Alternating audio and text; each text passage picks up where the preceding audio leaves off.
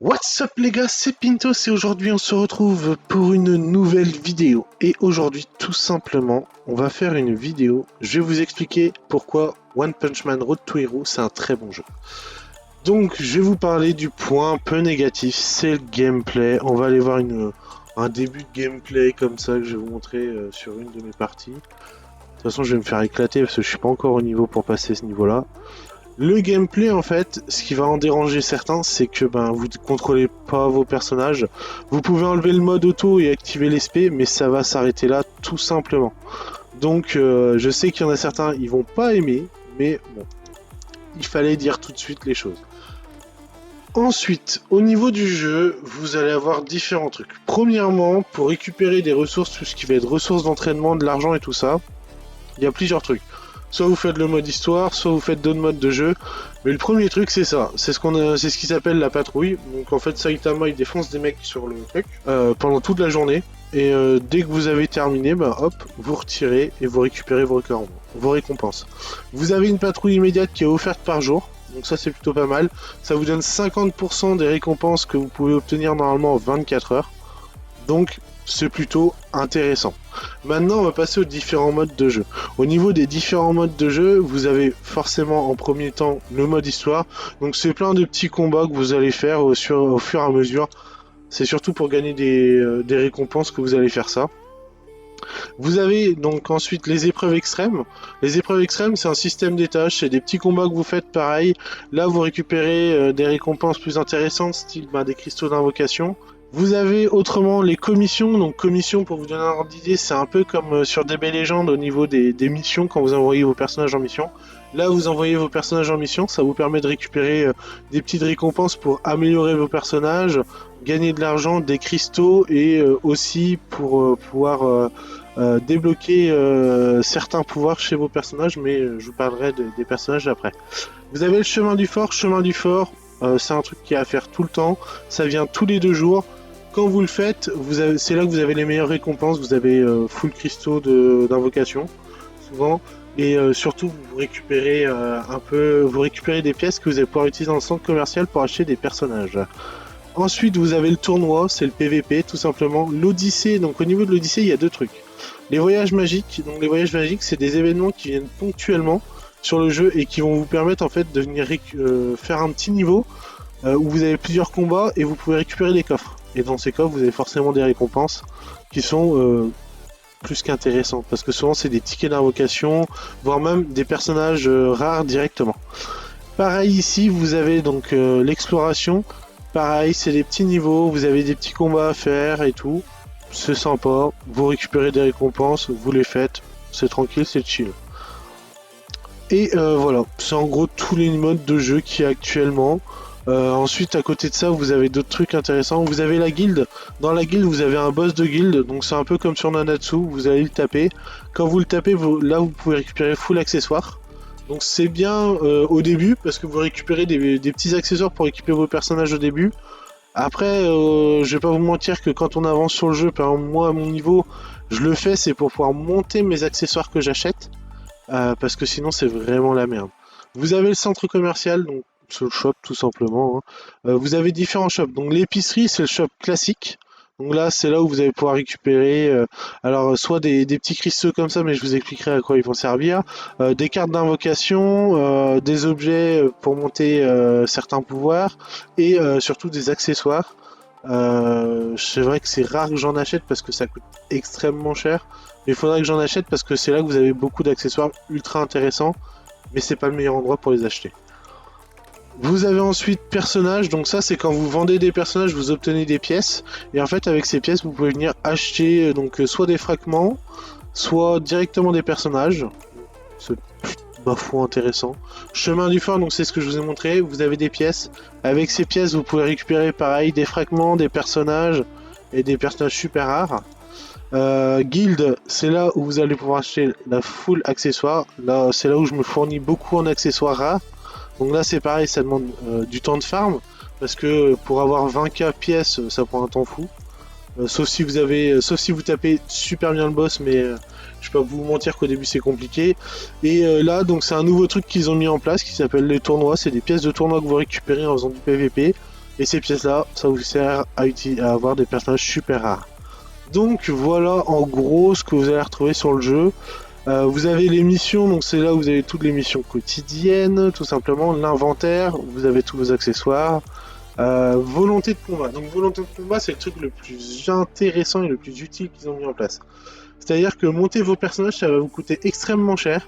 Et en fait, avec ce système-là, ça vous évite de devoir monter tous vos personnages. C'est-à-dire que les personnages que j'ai mis là, je n'ai dépensé rien du tout en ressources. En fait, j'ai rien dépensé en ressources pour les monter au level 150. En fait, c'est ces 5 personnages-là, je les monte, et le personnage le plus faible, en fait, donne son niveau à ceux-là. Donc ça veut dire que si par exemple mon personnage le plus faible est au level 160, et ben eux seront 160 aussi. Ça augmente aussi les compétences, c'est ma foi plutôt pas mal. Ensuite vous avez classement, donc classement en fait en gros c'est par type de personnage, vous avez des mecs qui sont ultra cheatés sur le jeu, hein, qui ont des personnages ultra forts. Et dès qu'il y en a un qui dépasse un nouveau score, vous avez une récompense, c'est souvent 50 diamants. C'est ma foi plutôt intéressant. Et là, on va passer du coup aux personnages. Les personnages qui est bien, bon, vu que ça reprend l'univers de One Punch Man, on va retrouver beaucoup de personnages. On va retrouver que des personnages de l'univers One Punch Man. Logique, hein, Captain Obvious. Alors, pour décortiquer tout simplement les personnages, on va commencer par le truc le plus important, les niveaux de rareté. Vous avez communes, donc les communes ne peuvent pas évoluer. C'est d'ailleurs les seuls qui peuvent pas évoluer, et c'est les plus nuls. Ensuite, vous avez les rares, donc les rares peuvent évoluer. Et vous avez les élites, qui sont en gros le niveau... les élites, c'est les super rares quoi, du jeu. Les élites peuvent évoluer jusqu'au niveau mythique, qui est le niveau le plus haut, et les rares, oui, les rares peuvent évoluer jusqu'au niveau épique plus. Donc au niveau des niveaux, ça va nous donner, quand vous avez, on va dire, un personnage élite, hein, je parle que pour les personnages élites, vous avez élite, élite plus, épique, épique plus, légendaire, légendaire plus, mythique. Et voilà, mythique, et ensuite vous avez un nombre d'étoiles aussi à monter sur les mythiques. Deuxième chose sur les personnages, les types des personnages. Vous avez 5 grands types de personnages dans le jeu. Vous avez, donc, je sais plus le nom de ça, vous avez les types technologiques, habilité, force et psychique. Ça, c'est un peu les types... Il faut savoir que pour monter ces personnages, ça va jouer sur les doublons. C'est-à-dire que d'un personnage élite, pour le passer élite plus, vous allez avoir besoin du doublon du personnage. Là, j'en ai pas un pour pouvoir vous montrer, mais... Vous avez besoin tout simplement du doublon du personnage. Vous allez le faire passer en Elite Plus, comme ça. Et ensuite, pour le faire passer Elite Plus, de Elite Plus à Epic, il va vous falloir 2 Elite Plus random. Et pour pouvoir passer en Epic. C'est là que les personnages rares sont utiles. C'est-à-dire que vu que vous pouvez les monter, vous les montez et vous les donnez à bouffer à vos personnages Elite pour pouvoir les passer mythiques, justement. Il faut savoir que ça fonctionne en fonction de l'affinité, c'est-à-dire que vous pouvez pas donner à un habilité un psychique à bouffer, ça marchera pas. Il faut forcément que ça soit un autre habilité, donc ce qui pose problème avec cette catégorie-là de personnages, c'est-à-dire qu'il n'y a pas de rares qui ont cette petite boule-là, donc c'est-à-dire que eux, ça se joue vraiment full doublon. C'est les personnages en même temps les plus énervés du jeu aussi, donc c'est les plus compliqués à monter. C'est un peu... Je vous avouerai que je trouve ça un peu chiant parce que du coup, par exemple, mon Garou, c'est un personnage que j'aimerais bien jouer. En plus, il est très fort, mais je peux pas du tout. Je trouve ça un peu... autrement, au niveau du personnage, pour pouvoir les monter, donc vous avez plusieurs trucs. Il faut de la thune, tout simplement, pour pouvoir monter. Ça, c'est ce qu'on appelle les points d'expérience. Et ça, c'est des points de compétence. C'est ce qui va vous servir à débloquer toutes ces compétences ici. Mais on va en revenir au niveau des compétences. Et là, vous avez les accessoires. Donc, les accessoires, pareil, en fait, ils suivent le même chemin que les personnages au niveau de la rareté. Mais il n'y a pas moyen de les faire évoluer, les accessoires. C'est-à-dire que si vous avez un accessoire épique comme là, et ben, il restera épique tout le temps. Il faudra juste le faire... faudra juste acheter un épique plus si vous voulez un épique plus, et ainsi de suite, quoi. Donc ça, en gros, c'est les points les plus gros sur les personnages. Ensuite, je vais vous parler un peu des compétences parce que c'est le gros point qui vient changer un peu le gameplay. Les compétences, en fait, vont vous donner à réfléchir tout simplement parce qu'il y a une grande variété de compétences et on peut pas les marier de la bonne manière, tout simplement. C'est-à-dire que vous allez avoir des compétences pour faire des dégâts, pour buffer, pour débuffer, pour soigner, pour rendre plus tanky vos personnages aussi. Donc ça, c'est tout des points plus qu'intéressants là-dessus. Donc c'est des points... non, c'est... Au niveau des... Alors, vous avez les compétences, l'aspect et la compétence passive. Donc, vous avez 3 types de compétences. Vous avez au niveau des spés, pour pouvoir les marier, vous avez différents types de spés. Vous avez les spés qui vont buffer, débuffer, les spés qui vont tout simplement faire des dégâts, les spés qui vont aussi attaquer un ou plusieurs ennemis, les spés qui vont infliger un malus de dégâts supplémentaires à l'adversaire. Et pour finir, les spés qui heal et aussi les spés qui protègent votre team, les spés protect. Donc au niveau des spés, on va dire protect, vous allez avoir par exemple lui qui met justement un bouclier sur toute la team. Donc l'avantage c'est que tant que le bouclier n'est pas détruit, votre team ne prend pas de dégâts. Vous allez avoir aussi des personnages qui vont se transformer pour augmenter leur attaque, comme Scaravengeur ou le Roi des Mers tout simplement. Ou alors des personnages aussi qui vont avoir un double effet sur leur spé. Par exemple, Mutatron, il va se buffer, donc il va augmenter son attaque sur 2 tours, et au bout de ces 2 tours-là, les dégâts qu'il aura reçus, il va les redistribuer. Ça peut être bien sans être bien, c'est-à-dire que s'il prend 0 dégâts, vous faites pas 0 dégâts non plus, mais vous allez faire très peu de dégâts. Si par contre il prend masse de dégâts, là vous allez faire très mal. Par contre, le problème c'est qu'en défense, c'est une chips. Des fois ça se contrebalance. Après vous allez avoir des personnages qui vont avoir des spés qui touchent tout le monde, style Sonic ou Tornade Tragique, ou alors des personnages qui vont juste attaquer la ligne qu'ils ont en face d'eux. Par exemple vous avez Genos qui fait ça. Ça peut être chiant si vous avez qu'un seul personnage en face de vous. Après l'avantage c'est que c'est lui qui prend tous les dégâts, sinon les dégâts sont partagés, donc ça peut être intéressant. Ensuite, on va parler des compétences passives des personnages. Voilà, ça c'est... non, ça c'est pas une compétence passive. C'est une compétence plus. Par exemple, lui, voilà. Compétence passive, il augmente donc, la parade du lanceur de 35% après la métamorphose. 35% avant et 70% après la métamorphose. C'est-à-dire qu'en gros, ça évite qu'il se ramasse style un étourdissement ou un silence. Parce que vous pouvez étourdir ou silence les personnages. Donc en gros, les compétences passives, c'est des compétences secondaires qui vont être plus ou moins utiles. Par exemple, celle de Scaravengeur, c'est pas la plus utile. Parce que bon, clairement, il n'y a pas moyen de le stun quand il est transformé. Donc elle sert pas à grand chose. Vous en allez avoir d'autres qui vont être plutôt utiles. Par exemple, je vais prendre celle de Sonic. En gros, à chaque coup critique, il va restaurer 6% de ses points perdus. Il va obtenir des points de rage. Et en plus de ça, il va se mettre un bouclier aussi. Donc ça, c'est plutôt pas mal. Mutatron, lui, en gros, quand il meurt, il se transforme en petite boule, comme dans l'animé. Et pendant un tour, donc il peut rien faire. Et une fois que c'est fait, il se régène. Donc il a une vie supplémentaire. Ou pareil pour G4, en gros, il se transforme en petit personnage.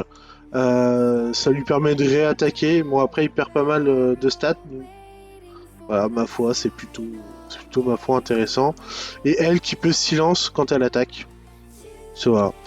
Donc en gros, voilà les points les plus importants sur les personnages. C'est ce qu'il y a à voir.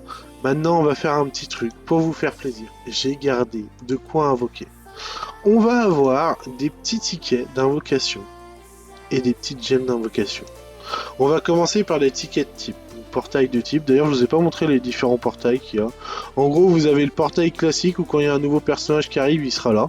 Donc ça, c'est plutôt pas mal. Vous avez ici les portails de type. Le seul type qu'il n'y a pas, c'est le type légendaire. Je l'appelle le type légendaire. Et le recrutement d'amitié. Donc ça, c'est les points d'amitié que vous avez avec vos amis.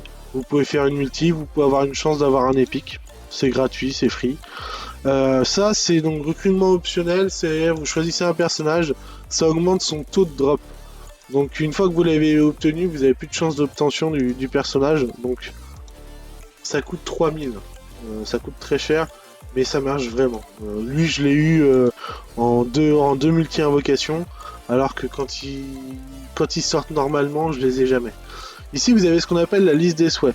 Liste des souhaits, en fait, ça vous permet de choisir des personnages en fonction du type, des personnages qui peuvent vous intéresser.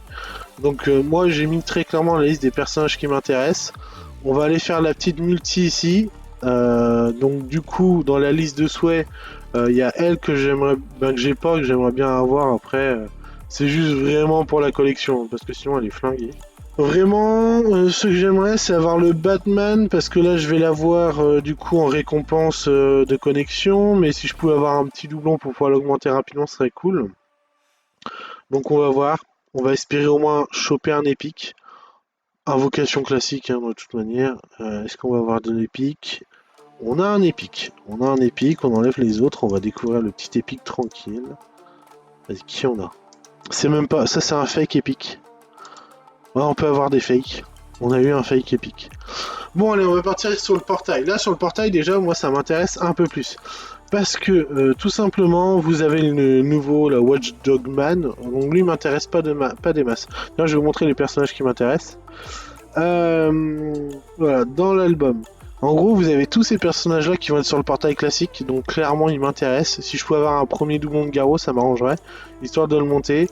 Autrement, personnage que j'aimerais bien avoir, le Roi des Mers, le G4, et c'est tout. C'est vraiment les seuls personnages cool que j'aimerais bien avoir, ou les personnages Indigo, comme ça peut être sympa. Donc on a 3 multis à faire sur ce portail-là. J'espère avoir une épique au moins déjà. Parce que je reparte pas bredouille comme un con. Elle a pas d'épique, on s'en moque, tac tac tac tac tac. Ouais, pas mal. Il y a quelques rares que je vais pouvoir utiliser pour pouvoir foutre sur mes épiques. Deuxième multi, toujours rien. Est-ce qu'on est bien là? Je suis pas serein. 2 épiques. Je vous avouerai que j'étais pas serein. Là, je la voyais partir, me dire, oh, pas d'épique. Ah, cool. Oh, mousse mythique éveillée, nice. Bon, il faudra un premier doublon pour qu'elle devienne cool, mais je la voulais. Franchement, elle est cool à jouer. Elle est très très forte. Le deuxième, Smileman. Mais sérieux, je le joue pas lui. Bon ben, rien de ouf, rien de ouf. Alors, tiens, je vais pouvoir vous montrer comment on promouvoit les persos. Soit vous avez pour promouvoir rapidement, ça vous met donc la liste des personnages. Soit vous acceptez, soit vous acceptez pas. Bon, souvent quand c'est les premiers personnages à monter, moi j'accepte. Après, quand c'est les deuxièmes personnages à monter, là je réfléchis parce que je me dis quel personnage j'aimerais bien monter qui pourrait m'être utile. Toi, je t'ai souvent, du coup, on va te promouvoir. Tac, en épique. Oh, j'aurais dû promouvoir l'autre, mais je suis vraiment un débile. J'ai mal regardé, tout simplement. Là, je vais faire lui, hop, tout simplement. Comme ça, je vais pouvoir avoir un épique plus comme de cette couleur-là. Hop, et voilà. Là, on est content. Bon, juste pour terminer la vidéo, une dernière multi, j'ai oublié que j'avais des tickets à récupérer. On va se faire une dernière multi et on va espérer choper un bon personnage. Allez, au moins un élite. Si je pouvais avoir un doublon du Roi des Mers ou de Mousse Mythique, on a au moins un élite. On va enlever les verts en premier, ensuite les rares. Les rares sont partis. Allez, du lourd. Croc d'argent. Pas mauvais le croc d'argent, vraiment pas mauvais, parce que je vais vous montrer pourquoi le croc d'argent pas mauvais. Il est où mon petit croc d'argent? Where is my croc d'argent? Parce que j'avais déjà un doublon sur lui. Ah, il est là. Voilà, vous allez voir pourquoi croc d'argent. Parce que croc d'argent numéro first de chez moi. Bam! Et oui, du très très lourd. On récupère un nouveau personnage comme ça, sympathique. Le petit croc d'argent, très sympa. Voilà. Donc en tout cas, j'espère que la vidéo elle vous aura plu. Si c'est le cas, on n'oublie pas le petit pouce bleu, le petit abonnement et on active la cloche pour ne pas rater les prochaines vidéos. Si vous voulez plus de vidéos sur le jeu, n'hésitez pas à me le dire dans les commentaires. Je pourrais vous proposer, je sais pas, des petits tutos, des petits trucs comme ça. On pourrait se faire des gameplays plutôt sympathiques. En tout cas, je sais que la vidéo elle a été longue. Je vais essayer de couper un maximum pour que ça soit quand même plus digeste. Je pense qu'il y a des parties, c'était pas ouf. Donc je vais essayer de couper tout ça. Donc en tout cas, merci d'avoir regardé la vidéo. C'était Pintos. Sayonara les gars.